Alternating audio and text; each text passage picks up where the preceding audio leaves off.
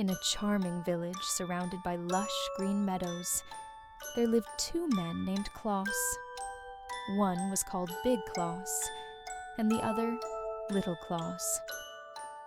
Big Claus had 4 horses, while Little Claus had only 1. But they shared a unique arrangement.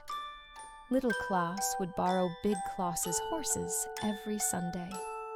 On Sundays, Little Claus would harness all 5 horses and plow his field, feeling like a wealthy man.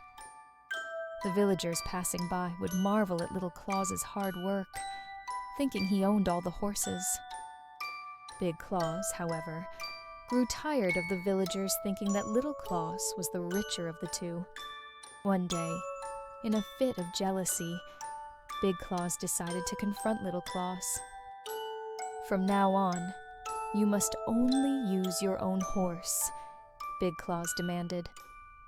Little Claus, taken aback, agreed, fearing what Big Claus might do. With only 1 horse, Little Claus worked hard, but progress was slow.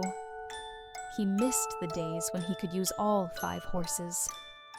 One night, as Little Claus rested, he began to devise a clever plan to outwit Big Claus.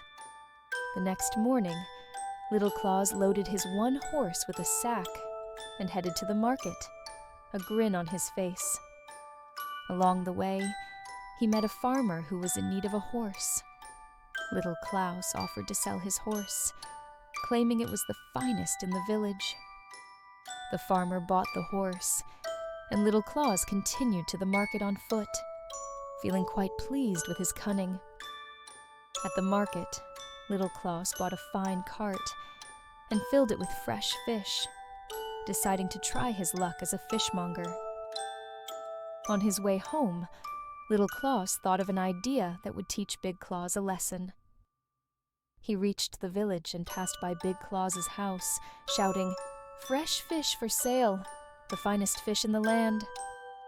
Big Claus, intrigued by the commotion, stepped outside and bought all the fish, thinking it would impress the villagers.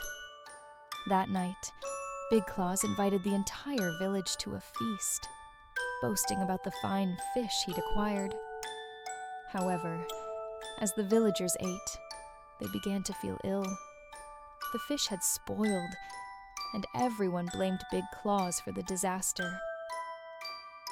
Furious, Big Claus confronted Little Claus the next day, demanding an explanation. Little Claus calmly replied, "You wanted to buy all the fish, so I sold them to you. I didn't say they were fresh." Big Claus, realizing he'd been tricked, decided to take revenge. He waited until nightfall and went to Little Claus's house. He crept inside and placed a sack over Little Claus, carrying him off to the river, intending to throw him in. As they reached the riverbank, Big Claus heard singing from a nearby church. He decided to rest and attend the service before finishing his plan. While Big Claus was at the church, Little Claus managed to escape the sack and replaced himself with a heavy stone. When Big Claus returned, he tossed the sack into the river, thinking he'd rid himself of Little Claus for good. The next morning, Little Claus walked back into the village, much to Big Claus's shock and disbelief. Little Claus told the villagers he had found great wealth at the bottom of the river and had come back to share it. Desperate to gain more wealth, Big Claus rushed to the river and threw himself in, hoping to find the same fortune. But the river was deep and treacherous, and Big Claus was never seen again. Little Claus lived happily ever after, enjoying the peace and prosperity he had cleverly earned.